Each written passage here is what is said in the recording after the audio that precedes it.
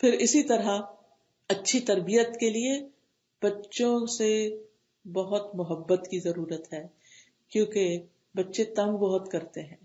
بچپن میں اور طرح کا تنگ کرنا ہوتا ہے، جب دانت نکالنے کی عمر میں آتے ہیں اور طرح تنگ کرتے ہیں، پھر جب بھاگنے دوڑنے لگتے ہیں تو کچھ اور طرح سے شرارتیں شروع کر دیتے ہیں، پھر جب پڑھنے لکھنے کا موقع آتا ہے، اس کی عمر آتی ہے تو اور طرح تنگ کرتے ہیں، پھر جب ٹین ایج میں پہنچتے ہیں تو کچھ اور کرتے ہیں، پھر جب شادی کرنے کا موقع آتا ہے تو کچھ اور طرح تنگ کرتے ہیں. تو یہ سارے مرحلے تکلیف دہ مرحلے ہیں. وہن نالا وہن پیدائش سے پہلے، اور پھر مشقت پہ مشقت ساری زندگی. ایک دفعہ ایک عورت جب ماں بن جاتی ہے تو ساری زندگی کے لیے بندھ جاتی ہے. اور پھر بہترین عورت کون ہے؟ صحیح مسلم کی روایت ہے، رسول اللہ صلی اللہ علیہ وسلم نے فرمایا، بہترین عورتیں اونٹوں پر سوار ہونے والی قریش کی نیک عورتیں ہیں جو اپنے چھوٹے یتیم بچوں پر سب سے زیادہ مہربان ہیں اور اپنے خاوندوں کے مال کی زیادہ حفاظت کرنے والی ہیں. یعنی جو ماں بچے سے بہت محبت کرے وہ اتنی ہی بہترین ہے. یہ ماں کی ایک خاص خوبی ہے. اگر ہر ماں کے اندر محبت ہوتی، لیکن افسوس یہ کہ کچھ ماں ظاہر ہی نہیں کرتی، پیار ہی نہیں کرتی، بچوں کو اٹھاتی ہی نہیں، ساتھ سلاتی ہی نہیں، جب چھوٹے ہوتے بچپن سے ہی الگ کر دیتی. نئے نئے فلسفے اور نئی نئی باتیں سیکھتے جاتے ہیں ہم، اور بچوں کو پہلے تو کاٹ میں سلاتے ہیں اور اس کے بعد دوسرے کمرے میں ڈال دیتے ہیں، اور ان کو ہم ڈسپلن کرنے کے نام سے اپنے سے دور ہی کر دیتے ہیں، اور پھر وہ دور ہی ہو جاتے ہیں، قلبی طور پر بھی اور فزیکلی بھی. پھر اسی طرح یہ ہے کہ بچوں پر مہربان ہونا بہت ضروری ہے، چاہے وہ کتنا بھی ستائیں، لیکن یہ ہے کہ ان کو اپنی شفقت، اپنی محبت اور کیئر، اور اس میں خاص طور پر ان کی ضروریات پوری کرنے کی فکر، جیسے ان کے کھانے کی فکر، ان کی خوراک کی فکر. اب دیکھیے کہ ابراہیم علیہ السلام نے جب ان کو لا بسایا تھا، حضرت اسماعیل اور حضرت ہاجرہ کو، تو انہوں نے کیا کہا، ربنا انی اسکنت من ذریتی بواد غیر ذی زرع عند بیتک المحرم ربنا لیقیموا الصلاة فاجعل افئدة من الناس تهوی الیہم وارزقہم من الثمرات لعلہم یشکرون. اے ہمارے رب، میں نے اپنی اولاد کے ایک حصے کو تیرے قابل احترام گھر کے پاس ایسے میدان میں لا بسایا ہے جہاں کوئی کھیتی نہیں، اے ہمارے رب، تاکہ وہ نماز قائم کرے. پہلے مسجد بنائی، اللہ کا گھر بنایا، بس بعض لوگوں کے دلوں کو ان کی طرف مائل کر دے، یعنی میں تو یہاں نہیں، لیکن تو اور بندوبست کر دے کہ میرے بچے سے محبت کرنے والے ہوں، اور انہیں کھانے کو پھل مہیا کر دے. بہترین غذا مانگی، توقع ہے کہ یہ شکر گزار بنے گے. اور آپ دیکھیے کہ جب زمزم کا پانی آیا تو پرندے آنے لگے، جو پرندے آنے لگے تو ان کو دیکھ کر بنو جرہم جو تھے وہ بھی آ گئے، جرہم قبیلہ جو تھا، اور پھر انہوں نے حضرت ہاجرہ کا اور حضرت اسماعیل کا بہت خیال رکھا. پھر حضرت اسماعیل کی شادی بھی جرہم قبیلے میں ہوئی. تو اس طرح اللہ تعالیٰ نے ان سے محبت کرنے والے ان کے پاس بھیج دیے جو ان کے مددگار بنے. اور یہ ابراہیم علیہ السلام نے دعا مانگی تھی کہ فجعل افئدۃ من الناس تہوی الیہم، کیونکہ یہ بھی بچوں کی ضرورت ہوتی ہے کہ اللہ انہیں ایسے لوگ ملے جو ان سے محبت کرے. جب بچوں کی شادی ہو تو اس وقت بھی یہ دعا دے کہ اللہ ہمارے بچے کو ایسے سسرال والے ملے، چاہے لڑکا ہو یا لڑکی، کہ جو اس سے محبت کرنے والے، اس کو اپنا بچہ سمجھنے والے. کیونکہ محبت کی ضرورت یہ نہیں کہ صرف بچپن میں ہوتی ہے، ساری زندگی ہوتی ہے، انسان کو آخر تک ہوتی ہے، بڑھاپے میں بھی ہوتی ہے. بس محبت کرنے والوں کی قسمیں بدلتی چلی جاتی ہیں. کبھی ماں کی محبت زیادہ ہوتی ہے، اور کبھی پھر باپ کی زیادہ ہو جاتی ہے، اور کبھی بہن بھائیوں، اور پھر بیوی کی اور شوہر کی، اور پھر بچوں کی. ہر وقت کی ایک خاص محبت ہوتی ہے. تو بچوں کی کھانے پینے کے لیے ان کے رزق کی وسعت اور فراخی کی بھی دعا کرنی چاہیے. اور ہر ماں کو یہ دعا مانگنی چاہیے کہ اللہ میرے بچے کو حلال رزق عطا کر، حلال اور وافر رزق عطا کر، کہ اسے کسی کی محتاجی نہ ہو. اور پھر صرف رزق ہی نہیں، کہ اس کو ایمان اور تقوی اور حیا بھی دے، اس کو اچھے ساتھی دے، اس کو اچھے دوست دے، اسے صالحین کی صحبت دے. اچھی اچھی دعائیں اپنے بچوں کے لیے مانگا کریں، کیونکہ ان کی زندگی میں آپ کا ایک بہت بڑا کردار ہے، بہت بڑا رول ہے. پھر اسی طرح یہ ہے کہ اگر باپ بچوں پر پوری طرح خرچ نہ کرتا ہو تو اس صورت میں پھر عورت کیا کرے؟ حضرت عائشہ کہتی ہیں کہ ہند بنت عتبہ نبی صلی اللہ علیہ وسلم کے پاس آئی مسلمان ہونے کے بعد، جو ابو سفیان کی بیوی تھی. کہتی ہیں کہ اللہ کے رسول، ابو سفیان بخیل آدمی ہے، تو کیا اس میں کوئی حرج ہے اگر میں ان کے مال میں سے لے کر اپنے بچوں کو کھلاؤں؟ آپ نے فرمایا تم دستور کے مطابق ان کے مال میں سے بچوں کو کھلاؤ تو اس میں کوئی گناہ نہیں. یعنی وہ خود نہیں بھی دیتے تو جو ہے اس میں سے بچوں پہ خرچ کر سکتی ہو تم. پھر اسی طرح بچوں کی صحت کی فکر کرنا کہ بچے اچھے مضبوط صحت مند بچے بن کے بڑے ہوں تاکہ ساری زندگی ان کی بیماریوں میں نہ گزرے. اس کے لیے ان کے لیے اچھی غذا کا اہتمام کرنا، صحیح غذا ان کو کھلانا، کیونکہ بعض اوقات مائیں بس صرف اپنی سہولت کے لیے ان کو جنک کھلاتی رہتی ہیں. دودھ میں بسکٹ ڈبو کے دے دیے، سیریل دے دیا، چاکلیٹ پکڑا دی، چپس دے دیے، کینڈیز دے دی اور ان کو بہلائے رکھا کہ جی ہم ان کو بڑا خوش کر رہے ہیں. حالانکہ یہی چیزیں بچپن سے ان کے معدوں کو، سٹمک کو، ڈائجسٹو سسٹم کو برباد کر دیتی ہیں. نتیجہ کیا ہوتا ہے کہ ساری زندگی بس بیمار ہی بیمار رہتے ہیں. جس کا معدہ ہی ٹھیک نہیں، اس کے اندر قوت کہاں سے آئے گی، اس کو غذا کہاں سے لگے گی، اس کے اندر پھر باقی قوتیں کہاں سے آئیں گی.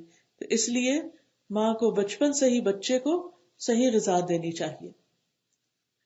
پھر اسی طرح جب بچیوں کی شادی وغیرہ ہو، آپ دیکھیے کہ افسوس یہ کہ ہمارے ہاں رشتے کا معیار کیا ہے، بچی دیندار بھی ہو لیکن دبلی پتلی ہو، سفید رنگ کی ہو.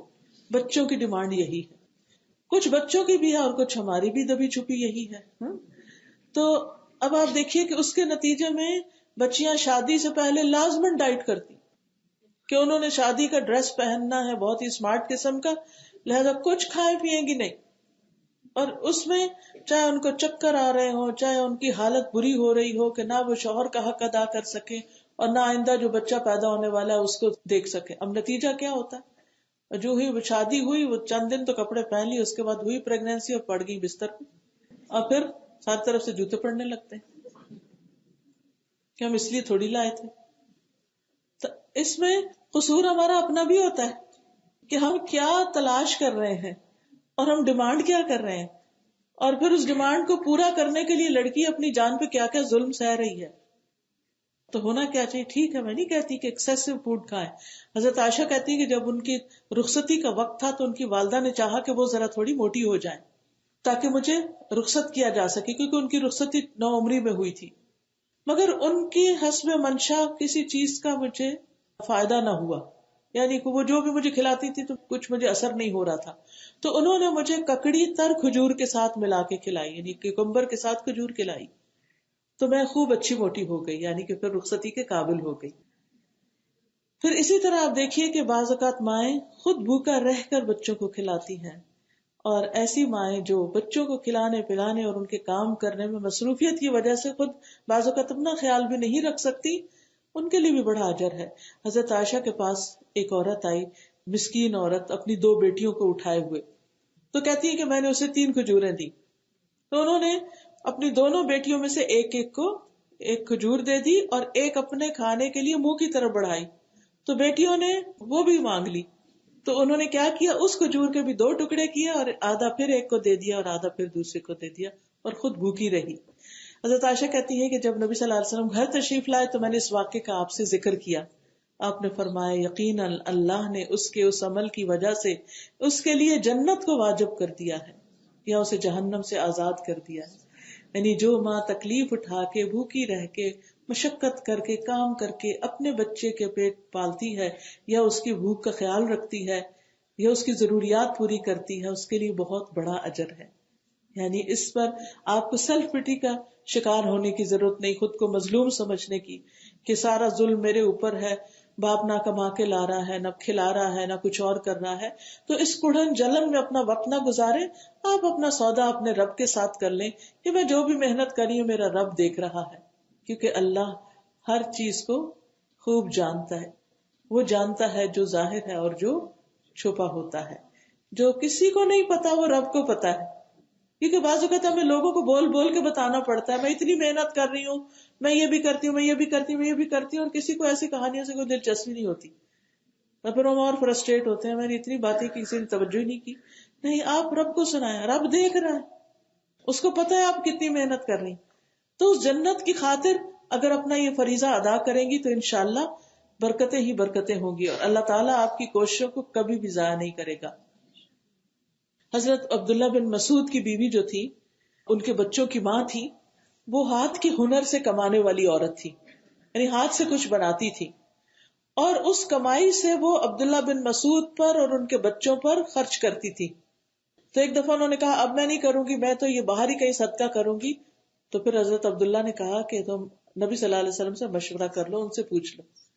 تو آپ نے پھر ان کو یہی مشورہ دیا کہ تم اپنے شوہر اور بچوں پہ خرچ کرتی رہو، اس سے تمہیں دگنا ثواب ملے گا، یہ تمہارا صدقہ بھی شمار ہوگا اور صلہ رحمی بھی ہوگی. پھر اسی طرح نبی صلی اللہ علیہ وسلم نے فرمایا جس مسلمان کی 3 بیٹیاں ہوں وہ ان پر خرچ کرے اور ان کے معاملے میں اللہ سے ڈرے اور ان کے ساتھ اچھا سلوک کرے، یعنی تانے نہ دے ان کو، وہ اس کے لیے آگ سے رکاوٹ بن جائے گی. تو ایک عورت نے آپ سے پوچھا جس کی 2 ہوں؟ فرمایا جس کی 2 ہوں، اور اس کے بہت سے شواہد بھی موجود ہیں. پھر اسی طرح بچے بیمار ہو جائیں تو ان کا علاج معالجہ کرنا، اور پھر جس طرح ہماری بزرگ خواتین بہت کچھ جانتی ہوتی تھی، بظاہر ان کے پاس بڑی بڑی ڈگریاں نہیں تھی، لیکن اس کے باوجود وہ بچوں کا گھریلو جو کچن میں چیزیں ہوتی تھی انہی سے ہی علاج کر لیتی تھی، کسی کا ہلدی کے ساتھ اور کسی کا پیاز کے ساتھ اور کسی کا تیل کے ساتھ اور کسی کا لہسن کے ساتھ، یہی انہی چیزوں کو آگے پیچھے ملا جلا کر بچوں کو دے دیتی اور بچے صحت مند ہو جاتے تھے. بڑی بڑی اینٹی بایوٹکس کے ڈوز یا کورس نہیں کرانے پڑتے تھے. اس کے علاوہ بچوں کو خود ہی دم بھی کرنا آنا چاہیے. حضرت اسماء بنت امیس کہتی ہیں میں نے کہا نبی صلی اللہ علیہ وسلم سے کہ جعفر کے بیٹوں کو نظر لگ جاتی ہے تو کیا میں ان پہ دم کر لیا کروں، یعنی عورت کا دم بھی ویلڈ ہوگا؟ آپ نے فرمایا ہاں، کیونکہ اگر تقدیر سے کوئی چیز سبقت لے جاتی ہے تو وہ نظر ہے، یعنی تقدیر میں اگر کوئی تکلیف نہیں بھی لکھی ہوئی تو نظر لگنے سے وہ تکلیف واقع ہو جاتی ہے. تو اس لیے بچے جو ہوتے ہیں نا معصوم چھوٹے چھوٹے پیارے پیارے، ان کو نظر بہت جلدی لگتی ہے. تو ایسے میں اگر انسان کے اچھا میں اب کس عالم کے پاس جاؤں، کس نیک بندے کے پاس جاؤں، جا کے وہاں پر دم کرن، نہیں، آپ خود ہی نمازوں کی پابندی کریں، روز قرآن پڑھا کریں اور اپنے بچوں کو خود ہی دم کر لیا کریں سورۃ فاتحہ پڑھ کے. اور وہ جو نبی صلی اللہ علیہ وسلم حضرت حسن اور حسین پہ پڑھتے تھے اعوذکما بکلمات اللہ التامۃ من کل شیطان وہامۃ ومن کل عین لامہ. یہ کتاب جو ایاک نستعین ہے اس کے اندر شفا کی دعائیں اور یہ دم وغیرہ سب کچھ لکھا ہوا ہے، دیکھ کے بھی کچھ دن پڑھ سکتی ہیں تاکہ اس کے بعد آپ کو زبانی یاد ہو جائے. تو ہر ماں کو اہتمام کرنا چاہیے، خاص طور پر جیسے بچہ اگر بیمار ہے تو اس کے اوپر ہاتھ بھی پھیرتے جائیں اور اس کو جھاڑتے جائیں، قرآن پڑھ کر اس کو سناتے جائیں. اور ویسے بھی رات کو سوتے وقت آخری کام کیا ہونا چاہیے کہ بچوں کو سوتے وقت کی دعائیں پڑھ پڑھ کر سنائیں، حتیٰ کہ وہ خود یاد کر لیں اور پھر ایک وقت آئے کہ وہ خود پڑھنا شروع کر دیں. لیکن بچوں کو تکلیف دہ علاج سے بچانا چاہیے.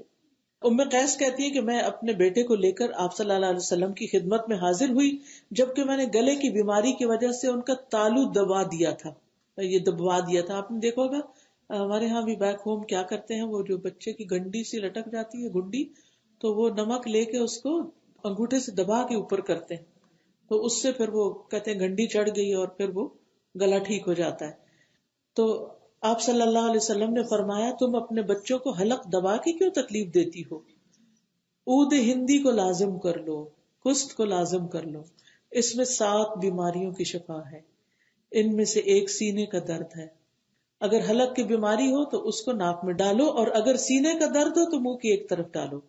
حلق کی بیماری ہو تو ناک میں ڈالو، یعنی ENT سارا جو ہے اس کے لیے اس کو باریک پسی بھی ہوتی ہے، تھوڑے سے پانی میں ڈال کے ناک میں قطرہ ٹپکا دیا جائے، سارا گلا صاف ہو جاتا ہے. اور اگر سینے کا درد ہو تو منہ کے ایک جانب ڈالو، یعنی منہ کے ایک طرف، ٹھیک ہے، جو سفوک ہوتا ہے چھوٹا سا اس کو ایک طرف منہ میں رکھ دیا جائے. یہ کست جو ہے، کست ہندی، اب یہ لیٹلی بہت ہی فائدہ مند علاج ہے، آپ سب کے فائدے کے لیے بتاؤں گی. مجھے ڈاکٹر عظما نے بتایا تھا، اگر یہاں موجود ہیں یا نہیں، وہ کہنے لگی کہ ایک خاتون تھی جن کو برین کینسر ہو گیا اور اس کا اثر ان کے ماتھے پر بھی آ گیا اور بالکل ایسی سٹیج پر تھا کہ کوئی بچنے کی امید نہیں تھی. تو کسی نے ان کو یہی کست ہندی کا بتایا، یہی جو اود ہندی ہے، اس کو اود ہندی بھی کہتے ہیں، کست ہندی بھی کہتے ہیں. تو انہوں نے اس کو پسوا کر 5 نمازوں کے ساتھ ہر نماز کے ساتھ وہ تھوڑا تھوڑا پانی کے ساتھ لے لیتی تھی، اور کچھ عرصے کے بعد جب انہوں نے دوبارہ ٹیسٹ کرایا تو ساری رپورٹس کلیئر تھی. تو نبی صلی اللہ علیہ وسلم کی بات جھوٹی تھوڑی ہو سکتی. اس میں 7 بیماریوں سے شفا ہے، خاص طور پر گلے کی اور سینے کی، اور یہ جو الرجیز کے مسائل ہیں. اب مجھے نہیں معلوم یہاں کہاں اویلیبل ہے، لیکن پاکستان میں تو اب باقاعدہ اس کو اویلیبل کیا گیا ہے اور آپ کے پاس ہونی چاہیے. اگر کسی کو معلوم ہے تو وہ دوسروں کو بتا سکتا ہے کہ کہاں سے ملتی ہے، لیکن یہ ہے کہ ہر گھر میں یہ ہونی چاہیے. بچے کو کچھ بھی گلے کی تکلیف ہو تو آپ اس کو تھوڑی سی دینا شروع کریں. اور ویسے بھی میں نے خود پرسنلی بھی اس کا تجربہ کیا ہے کہ رمضان میں نماز پڑھ رہی تھی اور میری کمر میں کچھ درد سی ہو رہی تھی، کھڑے ہونا ذرا مشکل ہو رہا تھا. تو سلام میں نے پھیرا تو میرے ساتھ میری بہن تھی، تو کہنے لگی کہ آپ کیوں اس طرح یعنی تھوڑی ان ایزی ہو رہی ہیں. تو میں نے کہا میری کمر میں درد ہو رہی ہے. تو انہوں نے کہا کہ میرے پاس اس وقت، انہوں نے اپنے بیگ میں رکھی ہوئی تھی، کہنے میرے بیگ میں ہے کچھ تھندی. انہوں نے اس میں سے نکالی، پانی کی بوتل میں تھوڑی سی ڈالی اور اس کو ہلا کے کہا ابھی پی. اگلی رکعتیں شروع ہونے سے پہلے انہوں نے مجھے پلا دی، اور الحمدللہ نیکسٹ ڈے میں نے بہت ہی اچھے سے نماز پڑھی. کچھ دن تک پھر میں اس کو لیتی رہی حتیٰ کہ وہ تکلیف اس جگہ سے ہٹ گئی. تو الحمدللہ اللہ نے ایسی چیزیں پیدا کی ہیں، جیسے حدیث میں آتا نا لِكُلِّ دَاءٍ دَوَاء، ہر بیماری کی دوا موجود ہے، اللہ نے اتاری ہے. اللہ نے کوئی بیماری ایسی نہیں اتاری جس کے لیے شفا نہ اتاری. جس نے جان لیا اس نے جان لیا، جس کو نہیں پتا نہیں پتا، لیکن اللہ نے علاج اتارا ہے بہرحال. تو ہمیں علاج کرانا چاہیے، اور بچوں کا علاج خصوصاً سادہ چیزوں سے کرنا چاہیے کہ جس سے ان کو تکلیف سے بچایا جا سکے. اور پھر اگر کسی ایسی بیماری میں مبتلا ہے کہ جس میں اس کو تکلیف زیادہ ہے تو پھر اس کو توجہ بھی زیادہ دیں اور اس کے علاج کی بھی فکر کریں. اور اس میں ہم دیکھتے ہیں کہ محمد بن حاتب اپنی والدہ ام جمیل سے روایت کرتے ہیں. وہ کہتی ہے کہ ایک مرتبہ میں تمہیں سرزمین حبشہ سے لے کے آ رہی تھی. آپ کو پتا مسلمان بچوں کو لے کے حبشہ ہجرت کر گئے، پھر وہاں سے پلٹے مدینہ گئے. تو مدینہ منورہ سے 1 یا 2 راتوں کے فاصلے پہ میں رہ گئی، تو میں نے تمہارے لیے کھانا پکانا شروع کیا. اتنے میں لکڑیاں ختم ہو گئی. میں لکڑیوں کی تلاش میں نکلی تو تم نے ہانڈی اپنے اوپر گرا لی. کئی دفعہ بچے ایسے ابلتے پانی میں ہاتھ مار دیتے ہیں، کبھی کسی طرح کوئی چیز گر جاتی ہے، کبھی چینٹے اڑ کے پڑ جاتے ہیں، تو وہ الٹ کے تمہارے بازو پہ گر گئی. میں تمہیں لے کر نبی صلی اللہ علیہ وسلم کی خدمت میں حاضر ہوئی. میں نے کہا یا رسول اللہ صلی اللہ علیہ وسلم، میرے ماں باپ آپ پہ قربان، یہ محمد بن حاتب ہے. نبی صلی اللہ علیہ وسلم نے اس کا حال دیکھا، اور ماں کہتی ہے کہ انہوں نے تمہارے منہ میں اپنا لعاب دہن ڈالا، تمہارے سر پہ ہاتھ پھیرا، تمہارے لیے برکت کی دعا کی. آپ صلی اللہ علیہ وسلم تمہارے ہاتھ پر، یعنی جس جگہ وہ جلن تھی اس پر اپنا لعاب دہن ڈالتے جا رہے تھے اور کہتے جا رہے تھے اذهب البأس رب الناس واشف انت الشافی لا شفاء الا شفاؤک شفاء لا یغادر سقما. اے لوگوں کے رب، اس تکلیف کو دور فرما اور شفا عطا فرما، کیونکہ تو ہی شفا دینے والا ہے، تیرے علاوہ کسی کے پاس شفا نہیں ہے. ایسی شفا عطا فرما جو بیماری کا نام و نشان نہ چھوڑے. کہتی ہیں کہ میں تمہیں آپ کے پاس سے لے کر اٹھنے نہیں پائی تھی کہ تمہارا ہاتھ ٹھیک ہو گیا. تو اسی لیے خود بھی آپ بچوں پہ پڑھیں اور بچوں کو بھی یہ دعائیں سکھائیں. اس کتاب میں یہ دعا بھی موجود ہے ایاک نستعین، اور اس کا فائدہ یہ ہے کہ ٹرانسلیٹریشن بھی اس میں موجود ہے، یعنی انگلش میں عربی لکھی ہوئی بھی ہے. عربی دعاؤں کے ساتھ ساتھ بیچ میں انگلش میں بھی وہ دعا لکھی ہوئی ہے کہ اگر آپ کو عربی نہ پڑھنی آتی تو نیچے سے آپ پڑھ سکتے. تو یہ دعائیں بچوں کو بھی سکھا دیں. اکثر ایسا ہوتا ہے بچوں نے اسکول نہ جانا ہو تو کہتے ہیں میرے سر میں درد ہے، میرے پیٹ میں درد ہے، آج اسکول نہیں جانا. تو آپ اسی وقت ان کو دعا سکھائیں اور کہیں اب یہ دعا پڑھتے ہیں، دم کرتے ہیں، آپ ٹھیک ہو جائیں گے، آپ اسکول چلیں گے. کیونکہ یہ بھی تربیت کا ایک حصہ ہے کہ بچے کی ہر بات نہ مانی جائے اور بچے کو پہچانا جائے کہ کب وہ صحیح بات کر رہا ہے اور کب وہ صرف کوئی ایڈوانٹیج لینا چاہتا ہے. یہ تو تھی چند باتیں جسمانی ضروریات کے پورا کرنے کے اعتبار سے.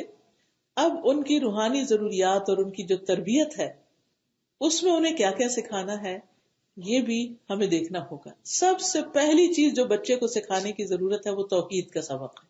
لا الہ الا اللہ ہے، اللہ کی پہچان ہے. اسحاق بن عبداللہ کہتے ہیں، وہ اپنی دادی ام سلیم سے روایت کرتے ہیں کہ وہ رسول اللہ صلی اللہ علیہ وسلم پر ایمان لے آئیں. وہ کہتی ہیں کہ تب انس کے والد آ گئے، پہلے وہ نہیں تھے گھر میں. انہوں نے کہا کیا تم سابیہ ہو گئی ہو؟ کہنے لگی نہیں میں سابی نہیں ہوئی، میں تو اس شخص پر ایمان لائی ہوں. اور وہ انس کو اشارہ کرتی اور تلقین کرتی کہ لا الہ الا اللہ کو، اشہد ان محمد الرسول اللہ کہو. تو بچے نے ایسا ہی کیا. تو ام سلیم کو انس کے باپ نے کہا میرے بیٹے کو نہ بگاڑو.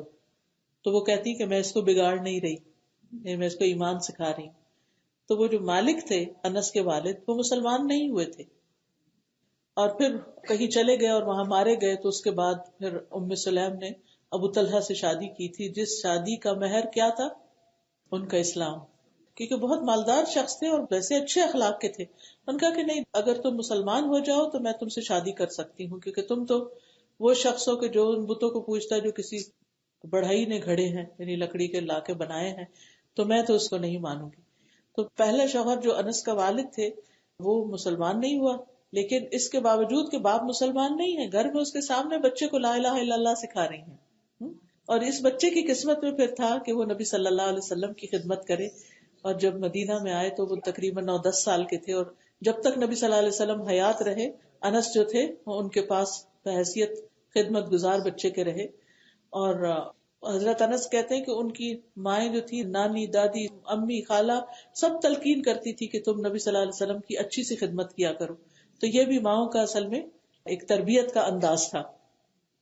پھر اسی طرح عبداللہ بن عباس کہتے ہیں اپنی والدہ سے جن کا نام ام فضل ہے کہ میں نے سنا نبی صلی اللہ علیہ وسلم مغرب کی نماز میں سورۃ المرسلات کی قرات کر رہے تھے. اس کے بعد آپ نے ہمیں کبھی نماز نہیں پڑھائی یہاں تک کہ اللہ نے آپ کی روح قبض کر لی. تو اب آپ دیکھیں کہ یہ بات ابن عباس کو کس نے بتائی؟ کس نے بتائی؟ ماں نے بتائی. یعنی ابن عباس اپنی والدہ سے ہی حدیث روایت کرتے ہیں کہ والدہ نے یہ بات یاد رکھی کہ نبی صلی اللہ علیہ وسلم نے ہمیں جو آخری نماز پڑھائی تھی اس میں سورۃ المرسلات پڑھائی تھی. پھر چھوٹی عمر سے ہی بچوں کو دین کے احکام سکھانے چاہیے. 7 سال کی عمر میں نماز سکھانی چاہیے. 10 سال کے ہو جائیں تو پھر لازماً نماز پڑھوانی چاہیے. اگر نہ پڑھے تو اس وقت ان پہ سختی بھی کی جا سکتی ہے. چھوٹی عمر سے بچوں کو عبادات میں ساتھ شریک کرنا چاہیے. جیسے نبی صلی اللہ علیہ وسلم ایک دفعہ انس بن مالک کے دادی کے گھر گئے اور پھر نبی صلی اللہ علیہ وسلم کو انہوں نے بلایا تھا. آپ نے ان کے لیے کھانا تیار کیا. جب کھانا کھا چکے آپ تو آپ نے فرمایا اٹھو میں تمہیں نماز پڑھاؤں. تو کہتے ہیں کہ میں ایک چٹائی لینے کے لیے اٹھا جو دیر تک پڑے رہنے کی وجہ سے سیاہ ہو چکی تھی. میں نے اس پہ پانی چھڑکا، اس پر نماز کے لیے کھڑے ہوئے. یتیم بچہ میرے ساتھ اور بوڑھی خاتون ہمارے پیچھے تھی. آپ نے ہمیں 2 رکعتیں پڑھائی. یعنی بچوں کو بھی، یعنی حضرت انس وقت تو بچے تھے اور اس کے ساتھ ایک یتیم بچہ بھی تھا، ان سب کو انہوں نے جماعت سے نماز پڑھائی. تو بعض اوقات مسجد میں بچوں کو آنے نہیں دیتے، یا بچے آ کے اگر بھاگ دوڑ کریں تو ان کو ناراض ہوا جاتا ہے. تو اس پر بھی مائیں اپنے بچوں کو ڈسپلن ضرور کریں، لیکن یہ نہیں کہ آپ خود دین کے مجلس میں حاضر ہوں اور بچے جو ہیں ان کو اس سے دور ہی رکھیں. کیونکہ جو چیزیں دیکھ کر سیکھی جا سکتی ہیں وہ صرف بتانے سے نہیں آتی. اگر آپ گھر جا کر بچے کو 100 دفعہ بتائیں نماز یوں پڑھتے ہیں، یوں کھڑے ہوتے ہیں، یوں بیٹھتے ہیں، جماعت یوں ہوتی ہے، امام یوں پڑھتے ہیں، نہیں، یہ بہت مشکل سے سمجھیں گے. اور اگر ایک دفعہ مسجد میں لے آ کر مشاہدہ کروا دیں تو سب بات فوراً سیکھ جائیں گے. پھر اسی طرح رسول اللہ صلی اللہ علیہ وسلم فرماتے ہیں کہ جب میں نماز کے لیے کھڑا ہوتا ہوں تو چاہتا ہوں کہ نماز کو لمبا کروں، پھر کسی بچے کے رونے کی وجہ سے اسے مختصر کر دیتا ہوں کہ ماں کو اس کی مشقت نہ ہو، یعنی ماں مشکل میں نہ پڑے. تو کتنا بچوں کا خیال ہے کہ بچے نماز کے لیے آتے رہیں مسجدوں میں. پھر اسی طرح انصار کی عورتیں جو تھیں وہ اپنے بچوں کو روزہ بھی رکھواتی تھی، جیسے عاشورہ کا روزہ. ربیہ کہتے ہیں وہ اپنے چھوٹے بچوں کو بھی روزہ رکھواتے اور بچوں کے لیے اون کی گڑیا سی بنا دیتے. جب بچے بھوک سے رونے لگتے تو ہم ان کو گڑیا سے بہلاتے تھے، یعنی ٹوائز دے دیتے تھے، یہاں تک کہ افطار کا وقت آ جاتا. اسی طرح بچوں کو حج پہ بھی ساتھ لے جایا جاتا تھا. اگر حج پہ نہیں تو کم از کم عمرے پہ تو ساتھ لے جانا چاہیے، تاکہ بچوں کے اندر بھی اللہ کے گھر سے ایک محبت پیدا ہو، ایمان پیدا ہو. پھر عید کی نماز میں لے کر جائیں. ابن عباس کہتے ہیں کہ رسول اللہ صلی اللہ علیہ وسلم اپنی بیٹیوں اور ازواج کو عید میں نکلنے کا حکم دیتے تھے کہ وہ بھی چلیں، کیونکہ اس میں مسلمانوں کا اجتماع ہوتا ہے، دعا ہوتی ہے، اچھے اچھے کپڑے، اچھے کھانے، تو بچوں کے لیے خوشی کا، رونق کا موقع ہوتا ہے. پھر بچوں کو رازداری سکھائیں کہ اس کی بات ادھر، ادھر کی بات ادھر نہ کریں. اور کچھ لوگ تو افسوس کے ساتھ یہ کہنا پڑتا ہے کہ بچوں سے تجسس کرواتے ہیں. اچھا جاؤ دیکھ کر آؤ وہ تمہارا بھائی کیا کر رہا ہے، جاؤ دیکھ کر آؤ تمہاری دادی کیا کر رہی ہے، اچھا وہ جو تم پھپھی کے گھر گئے تھے تو پھر انہوں نے کیا دیا تھا تمہیں کھانے کے لیے، اور کون کون آیا تھا وہاں پر. بچے معصوم، اور جس طریقے سے پوچھا جاتا ہے وہ سمجھتے ہیں بہت بڑا کام اور اس سے بڑی امپورٹنس ملتی ہے. پھر کوئی نہ پوچھے تو آ کر ویسے ہی خبریں دینے لگتے ہیں. پھر ساری زندگی کے لیے عادت پڑ جاتی ہے اس قسم کے تجسس کی. تو اس سے بھی بچنے کی ضرورت ہے. حضرت انس کہتے ہیں کہ رسول اللہ صلی اللہ علیہ وسلم میرے پاس تشریف لائے، میں بچوں کے ساتھ کھیل رہا تھا. آپ نے ہمیں سلام کیا، پھر مجھے کسی کام کے لیے بھیجا، پھر میں اپنی والدہ کے پاس دیر سے گیا.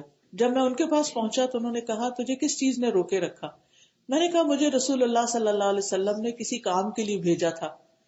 میری والدہ پوچھنے لگی انہوں نے کیا کام کہا تھا؟ میں نے کہا وہ راز کی بات ہے. وہ کہتی ہیں تم رسول اللہ کے راز کو کسی سے بیان نہ کرنا. کیا اچھی تربیت ہے. پھر اسی طرح اگر بچے کوئی غلط کام کر رہے ہوں تو پیار سے ان کی اصلاح بھی کرنی چاہیے. حضرت عائشہ نے دیکھا کچھ بچیاں جوان ہو گئی ہیں لیکن وہ دوپٹے کے بغیر نماز پڑھ رہی ہیں، تو آپ نے ان کو دوپٹے اوڑھنے کے لیے کہا. لیکن یہ نہیں کہ ڈانٹ ڈپٹ کے اگر مسجد میں دیکھے بچے کے سر پہ ٹوپی نہیں تو اس کو ناراض ہونا شروع ہو جائیں، یا پہلی دفعہ کوئی بچے مسجد میں آیا تو ان کو طریقہ نہیں ابھی آتا تو ان کو ادھر ہی ناراض ہونا شروع ہو جائے. نہیں، پیار سے محبت سے اسمائل پاس کریں، ویلکم کریں. پھر اگر اس سے کوئی غلطی ہوتی ہے تو بعد میں آرام سے بٹھا کے سمجھائیں ان کو. پھر اسی طرح بڑی عمر کے بچوں کی بھی اصلاح کی ضرورت ہوتی ہے. ہم یہ کہتے نہیں اب تم ہماری رسپانسبلٹی نہیں ہو، تم انڈیپینڈنٹ ہو، خود کرو. نہیں، جب بھی جتنا بھی ممکن ہو. آپ دیکھیے کہ حضرت علی رضی اللہ عنہ اور حضرت فاطمہ رضی اللہ عنہ شادی ہو چکی ہے، ان کے اپنے بچے بھی ہو چکے ہیں، لیکن جب وہ غلام لینے کے لیے آتی ہیں تو کس طرح نبی صلی اللہ علیہ وسلم خود ان کے گھر جا کر ان کو تسبیحات سکھاتے ہیں. پھر ایک مرتبہ نماز کے لیے اٹھاتے ہیں، جب وہ نہیں اٹھتے تو پھر حضرت علی کہتے ہیں کہ جب اللہ چاہے گا ہمیں اٹھائے گا. تو آپ صلی اللہ علیہ وسلم واپس آتے ہیں اور کہتے ہیں انسان بڑا جھگڑالو ہے. تو شادی کے بعد بھی بچوں کے دین کی فکر کرتے رہنا چاہیے، اس کی خبر رکھنی چاہیے کہ وہ کیا کر رہے ہیں. حضرت ابراہیم علیہ السلام بھی جب واپس آئے تھے، حضرت اسماعیل کی شادی ہو چکی تھی، تو اس وقت ان کی بیوی سے ملاقات ہوئی جو کہ اپنے شوہر کی بہت سی شکایتیں کر رہی تھی. تو اس پر انہوں نے یہ میسج دے کے چلے گئے کہ جب میرا بیٹا آئے تو اسے کہنا کہ چوکھٹ بدل دو. پھر اسی طرح بچوں کی تربیت میں انہیں مارنے سے پرہیز کریں. مار پیٹ منع ہے، کیونکہ نبی صلی اللہ علیہ وسلم پیار اور محبت سے حضرت حسن اور حسین کو اپنی گود میں بٹھاتے تھے اور انہیں پیار کرتے تھے اور ان کے لیے دعائیں کرتے اور فرماتے اللہ میں ان سے محبت کرتا ہوں تو بھی ان سے محبت کر. حضرت عائشہ کہتی ہے نبی صلی اللہ علیہ وسلم نے اپنے ہاتھ سے کسی کو کبھی نہیں مارا، نہ کسی عورت کو، نہ کسی بچے کو، نہ کسی خادم کو. ان تینوں کی عام طور پہ پٹائی ہوتی ہے، تو کسی کو نہیں مارا آپ نے کبھی بھی. یہ ہے ہمارے رسول صلی اللہ علیہ وسلم کی سنت جس پر ہمیں عمل کرنے کی ضرورت ہے. اور خصوصاً کبھی اگر غصہ آ بھی جائے تو چہرے پہ تو بالکل مارنے کی اجازت نہیں، اس کی ممانعت ہے، آپ نے منع فرمایا ہے. پھر اسی طرح یہ ہے کہ بچوں کی اچھی تربیت میں جھوٹ سے بچنا چاہیے. جھوٹ نہ بولیں، ان سے جھوٹا وعدہ نہ کریں. ایک دفعہ عبداللہ بن عامر کہتے ہیں میری والدہ نے مجھے بلایا اور کہا ادھر آؤ میں کچھ دوں تمہیں. تو رسول اللہ صلی اللہ علیہ وسلم ہمارے گھر میں تشریف فرما تھے. انہوں نے میری والدہ سے پوچھا تم کیا دینا چاہتی ہو؟ انہوں نے کہا میں اسے کھجور دینا چاہتی ہوں. تو آپ نے فرمایا اگر تم اسے کچھ نہ دیتی تو تم پہ جھوٹ لکھا جاتا. یعنی بچوں سے بھی جھوٹ نہیں بول سکتے اور جھوٹے وعدے نہیں ان کے ساتھ کر سکتے. پھر اسی طرح اچھی تربیت میں بچوں کے درمیان انصاف کریں. اگر کوئی ایک بچہ زیادہ بھی اچھا لگتا ہے نا تو بھی آپ اس کا اظہار بہت نہ کریں. دوسرے بچے کمپلیکس کا شکار ہو جائیں گے، احساس کمتری کا شکار ہو جائیں گے. آپ صلی اللہ علیہ وسلم نے فرمایا سووا بین اولادکم فی العطیہ، تحفہ دینے کے معاملے میں بچوں کے درمیان عدل کرو، جیسے تم پسند کرتے ہو کہ تمہارے ساتھ نیکی میں برابری کریں، تمہارے ساتھ حسن سلوک کریں. پھر اسی طرح ان کی تربیت کے لیے اگر کوئی بہترین انتظام ہو تو انہیں اپنے سے الگ کیا بھی جا سکتا ہے. جیسے حضرت مریم کی والدہ نے ان کو ہیکل میں چھوڑا تھا کیونکہ وہاں انہوں نے نظر مانی تھی اور پھر وہ عبادت کرتی تھی وہاں، اور انہی کی پرورش میں دی گئی. پھر اسی طرح بچوں کو دین کے لیے بھی وقف کیا جا سکتا ہے. حضرت انس کی والدہ نے جس طرح ان کو نبی صلی اللہ علیہ وسلم کی خدمت میں بھیجا یہ کہہ کر کہ میرا بچہ لکھنا جانتا ہے، آپ اس سے کام لیجئے. پھر اسی طرح بچوں کو نیک لوگوں کی مجلسوں میں لے جائیں، ان سے ملوائیں. اور جب آپ خود ایسے لوگوں سے محبت کریں گے تو بچے بھی کریں گے. لیکن اگر ماں باپ صرف امیر لوگوں سے ملنا چاہیں، صرف اسٹیٹس کانشیس ہوں، کسی اور جگہ نہ لے جانا چاہیں، تو بچوں کے اندر خود بخود وہ چیزیں ٹرانسفر ہو جاتی ہیں. حضرت عمر بن حریث کہتے ہیں میری والدہ مجھے نبی صلی اللہ علیہ وسلم کے پاس لائیں، آپ نے میرے سر پہ ہاتھ پھیرا، میرے لیے رزق کی دعا کی. تو بچوں کے یہ موقع یاد رہ جاتے ہیں. پھر اسی طرح یہ ہے کہ نبی صلی اللہ علیہ وسلم نے صرف ایک نہیں کئی بچوں کو دعائیں دی. حضرت ابن عباس کو دعا دی کہ اللہ اس کو علم اور حکمت سکھا، کتاب کا علم عطا کر. اللہ سبحانہ وتعالیٰ سے دعا ہے کہ وہ ہمیں بھی اچھی مائیں بنائے تاکہ ہم اچھی نسلیں پروان چڑھائیں جو ہمارے لیے صدقہ جاریہ بنے. کیونکہ مرنے کے بعد انسان کے عمل ختم ہو جاتے ہیں، 3 چیزیں پھر بھی چلتی رہتی ہیں. ان میں سے ایک تو صدقہ جاریہ، اچھی جگہ مال لگانا، صدقہ کرنا جو بعد میں جس کی خیر فیض جاری رہے، جیسے دینی تعلیم وغیرہ پر. دوسرے نیک اولاد کی اچھی تربیت کرنا کہ جب وہ والدین کے لیے دعا کریں گے تو وہ دعا قبول ہوگی، ماں باپ کے درجات بلند ہوتے چلے جائیں گے جنت میں. اور تیسرا جو ہے وہ علم ينتفع به، ایسا علم جس سے لوگ فائدہ اٹھائیں. اگر آپ کے اپنے بچے نہیں ہیں تو اچھے شاگرد تیار کریں، اوروں کے بچوں کو تعلیم دیں، خوشی کے ساتھ والنٹیئر کریں، ان کی تربیت کریں. حضرت عائشہ کے اپنے بچے نہیں تھے لیکن انہوں نے کئی بچوں کو گود لیا اور پھر ان پہ خصوصی توجہ کی، ان سے محبت کرتی تھی. اپنے بھانجے کے نام پر اپنی کنیت رکھی ام عبداللہ. اور اس میں ہمیں اچھی ماؤں کی لائف ہسٹری جو ہے اس کا مطالعہ کرتے رہنا چاہیے. یعنی ایسی کتابیں پڑھیں صحابیات کی، ایسے لیکچر سنیں صحابیات کے بارے میں کہ ان کا کردار کیا تھا، تاکہ اس کی جھلک ہمارے اندر بھی آئے اور پھر ہم بھی اچھی مائیں ثابت ہوں. حضرت ہاجرہ کے ذکر میں نے آپ کے سامنے کیا کہ کس طرح وہ صبر کے ساتھ رہی، جس کی وجہ سے ان کے بیٹے کے اندر بھی وہ صبر آیا کہ جب انہوں نے آ کر کہا یا بنی انی ارا فی المنام انی اذبحک فانظر ماذا تری قال یا ابت افعل ما تؤمر ستجدنی ان شاء اللہ صابرا. حضرت اسماعیل نے اپنے والد سے سنا جب انہوں نے کہا اے میرے چھوٹے بیٹے، میں خواب میں دیکھتا ہوں بے شک میں تجھے ذبح کر رہا ہوں، تو کیا خیال کرتا ہے؟ اس نے کہا میرے باپ جو تجھے حکم دیا جا رہا ہے کر گزر، اللہ نے چاہا تو آپ مجھے ضرور صبر کرنے والوں میں سے پائیں گے. ایک بچے کے اندر ابھی چلنے پھرنے کی عمر، بھاگ دوڑ 10-11 سال کی عمر تھی یا کچھ ایسے ہی، اس عمر کو پہنچے تھے اور ان کے اندر اتنا صبر، کیونکہ انہوں نے صبر کی تربیت پائی تھی بچپن سے. صابر ماں کو سامنے پایا تھا جو راضی ہو گئی تھی صرف چند کھجوروں اور پانی کی ایک چھاگل پر کے اس کے ساتھ وہ ایسی جگہ رہے جہاں کوئی دوسرا انسان بھی نہیں. اسی طرح فرعون کی بیٹی کی جو کنگھی کرنے والی یا میک اپ کرنے والی تھی مشاطہ، وہ اور اس کے بچوں کا واقعہ بھی حدیث میں آتا ہے. مسند احمد کی روایت میں آتا ہے کہ نبی صلی اللہ علیہ وسلم جب معراج کی رات ایک جگہ سے گزرے تو کہتے ہیں وہاں سے بڑی بہترین خوشبو آئی. میں نے پوچھا جبریل یہ خوشبو کیسی ہے؟ انہوں نے کہا کہ یہ فرعون کی بیٹی کی کنگھی کرنے والی خاتون کی ہے اور اس کی اولاد کی. میں نے پوچھا کہ اس کا کیا قصہ ہے؟ انہوں نے کہا ایک دن یہ خادمہ فرعون کی بیٹی کو کنگھی کر رہی تھی، اچانک اس کے ہاتھ سے کنگھی گر گئی تو اس نے بسم اللہ کہہ کے اسے اٹھایا. فرعون کی بیٹی کہنے لگی کہ اس سے مراد میرے والد ہیں. یعنی اللہ کس کو کہہ رہی ہو؟ کیونکہ وہ کہتا تھا نا فرعون کہ میں ہوں رب العالی. اس نے کہا نہیں، بلکہ میرا تیرا تیرے والد سب کا رب یعنی اللہ. فرعون کی بیٹی نے کہا کہ میں اپنے والد کو یہ بات بتا دوں گی. اس نے کہا ضرور بتاؤ. فرعون کی بیٹی نے باپ تک یہ خبر پہنچا دی. اس نے خادمہ کو طلب کر لیا. جب وہ آئی تو فرعون کہنے لگا اے فلانا، کیا میرے علاوہ بھی تیرا کوئی رب ہے؟ اس نے کہا ہاں، میرا اور تمہارا رب اللہ ہے. یہ سن کر فرعون نے تانبے کی ایک گائے بنانے کا حکم دیا اور اسے خوب دہکایا، گرم کیا. اس کے بعد حکم دیا کہ اسے اور اس کی اولاد کو اس کے اندر پھینکو. تو اس نے کہا مجھے آپ سے ایک کام ہے. فرعون نے پوچھا کیا کام ہے؟ اس نے کہا میری خواہش ہے کہ جب ہم جل کر کوئلہ ہو جائیں تو میرے اور میرے بچوں کی ہڈیاں ایک کپڑے میں جمع کر کے دفن کر دینا فرعون نے کہا یہ تمہارا ہم پر حق ہے، ہم ایسے ہی کریں گے. اس کے بعد فرعون نے پہلے اس کے بچوں کو اس میں جھونکنے کا حکم دیا، چنانچہ اس کی آنکھوں کے سامنے اس کے بچوں کو ایک ایک کر کے اس دہتے تندور میں ڈالا گیا، یہاں تک کہ جب اس کے دودھ پیتے بچے کی باری آئی تو ذرا سی ہچکچائی. کہ زیادہ پیار ہوتا ہے نا چھوٹے بچے سے. یہ دیکھ کر اللہ کی قدرت اور معجزے سے وہ بچہ بول اٹھا، اماں جان بے خطر کود جائیے، کیونکہ دنیا کی سزا آخرت کے عذاب سے ہلکی ہے. چنانچہ اس نے چھلانگ لگا دی. لیکن وہ تو ایک صرف بظاہر تکلیف تھی نا.